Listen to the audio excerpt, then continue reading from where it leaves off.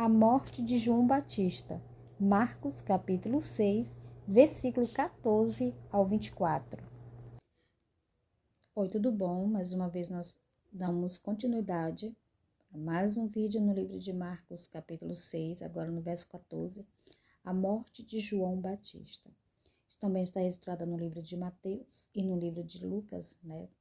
Se quiser, pode aprimorar, né, os seus conhecimentos, vendo as referências da sua leitura, tá? Então, pode ter alguma diferença, porque em alguns textos há algo mais que foi escrito, mas não perde a importância e não desvia o foco do contexto do que eles querem passar. São simplesmente pessoas diferentes escrevendo a mesma história, então não vai sair idêntica, né? Vai ter algumas mudanças. Inclusive, no livro de Lucas, eu já fiz essa leitura, tá? E pelo tamanho desse texto, provavelmente vai ter parte 2 desse vídeo. Para você que está chegando agora, que Deus abençoe. Para você que já está comigo, que Deus abençoe. Segue aqui o vídeo. Chegou isto aos ouvidos do rei Herodes, porque o nome de Jesus já se tornara notório. E algum dizia, João Batista ressuscitou dentre os mortos, e por isso nele operaram forças milagrosas. Ou seja, Jesus aquele já não era mais um anonimato, né, em lugar nenhum, nem em Nazaré, nem em Jerusalém, nem em Cafarnaum, que foi o lugar que ele mais fez milagre, e nem entre as pessoas gentis. Ele já era conhecido pela sua obra e pelos seus ensinamentos. Então, todo mundo estava falando dele. Ele era o assunto do momento, né? Mas, na verdade, a maior pergunta que não queria calar, quem era esse homem? Que forças é essas? Que milagres são esses? Que autoridades é essa? Assuntos que foi questionado até mesmo entre os líderes do templo, né? Da onde vem toda essa autoridade?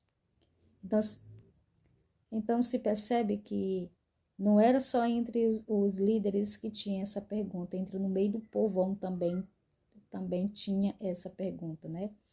Outros dizia Elias, ainda outros é profeta como um dos profetas, né? E vou estar colocando aqui na descrição essas referências aqui. Ou seja, um dizia que ele era João Batista, né? E Herodes ficou sabendo desses questionamentos. Outro dizia que ele era Elias, outro dizia que ele era um dos antigos profetas.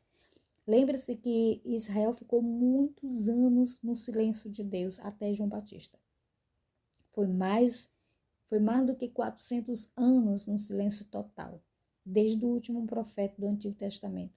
E aí chega João Batista anunciando a volta, o retorno, anunciando a chegada de Cristo, né? E o reino de Deus na terra. Anunciou, falou, profetizou, mas não foi muito bem ouvido pelos líderes religiosos.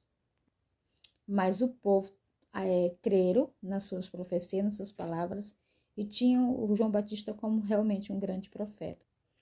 Herodes, porém, ouvindo isto, disse, é João, a quem eu mandei decapitar, que ressurgiu? Ou seja, esse Herodes aqui, ó, esse homenzinho aqui, ó, isso aqui, gente, isso aqui era perverso, esse homem. Vivia numa libertinagem, vivia numa vida promíscua, né? Na verdade, ele vem de uma família totalmente promíscua, né? Você observa a descendência, você observa as raízes familiares dele, né? Então, já vem de um período aí de muita hostilidade dentro de Israel. E esse Dancê aqui foi quem mandou decapitar, e a gente vai estar falando sobre isso, João Batista, né? Então, quando ele ouviu falar de que era João Batista, aí ele disse, mas como assim João que eu mandei decapitar?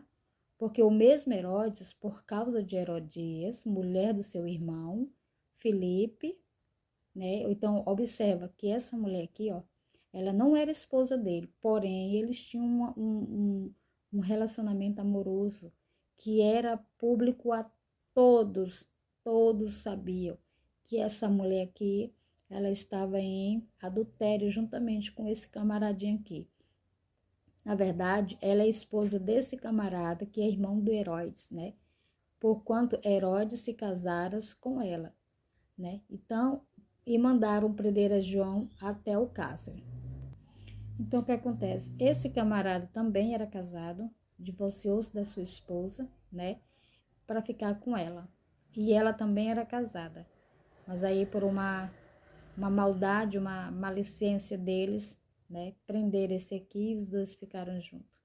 E João Batista, como era aquele que não se curvava a ninguém, né, João Batista, ele sempre denunciava o pecado deles e falava que eles tinham que se arrepender, né, porque ele estava com a mulher do irmão dele, e isso era adultério. Pois João lhe dizia, não te é lícito possuir a mulher de teu irmão. Vou estar colocando a referência aqui. Olha aqui a acusação dele.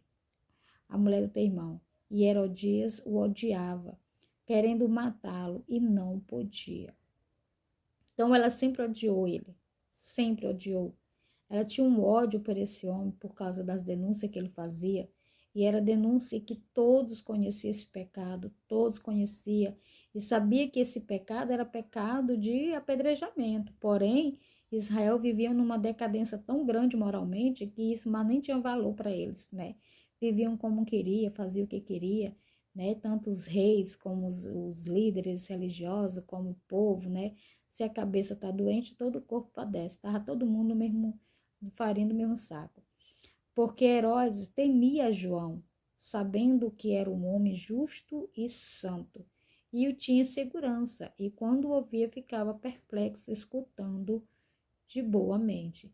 Então, ele tinha um temor por João Batista, porque ele sabia, né? O coração dele temia as palavras de João Batista, porque João Batista, quando falava com ele, falava com convicção, cheio de Deus, e as palavras entravam no coração dele aqui como uma flecha, e ele sentia que verdadeiramente as palavras o comovia, né? E ele temia, porque ele sabia, ele tinha consciência que aquele homem era um homem justo e santo, né? E por isso ele mantinha segurança, não deixava ninguém tocar. E quando ouvia, ficava perplexo e escutava de boa mente. Ele se deixou levar pela maldade da sua mulher, né? Ele não tinha pulso firme, porque era uma mulher ardilosa, era uma mulher dominadora.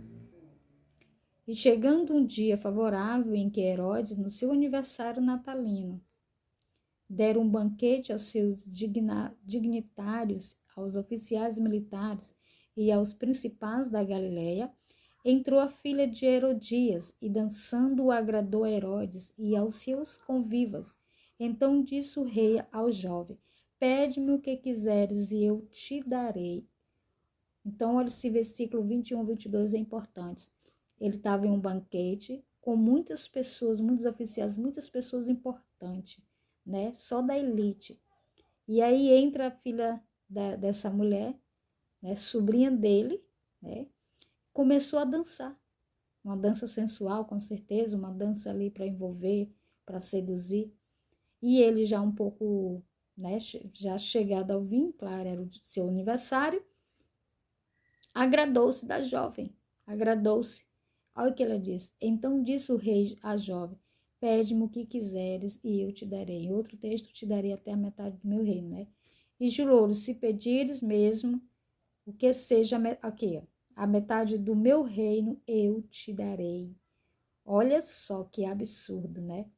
O que faz a pessoa falar palavras fora de contexto, fora de hora e sem pensar. Então, uma palavra de um rei, principalmente na frente dos seus oficiais, era uma via de regra, não poderia voltar, não poderia ser revogada. E ela, né, não perdeu tempo no seu pedido, né? E estava muita gente, com certeza a maioria já chegado bem ao vinho. Saindo ela, perguntou à sua mãe, o que pedirei? E esta respondeu, a cabeça de João Batista. Aí, viu? Ai, quando chega aqui a gente dá um talo na garganta, né, gente? Que maldade, meu Deus, que maldade. Então, ela saindo aqui, tudo foi um trama para essa mulher, Herodias. Ela era ardilosa, era demoníaca mesmo. Era mal, ela era mal, né? Então, ele não tinha controle sobre ela e ainda dominava a própria filha, né? Então, ele ofereceu a metade do reino dele para ela. Ou seja, ela poderia sair dali rica, ela poderia sair dali poderosa, né? Mas ela trocou tudo isso pela cabeça de um justo e um santo homem de Deus.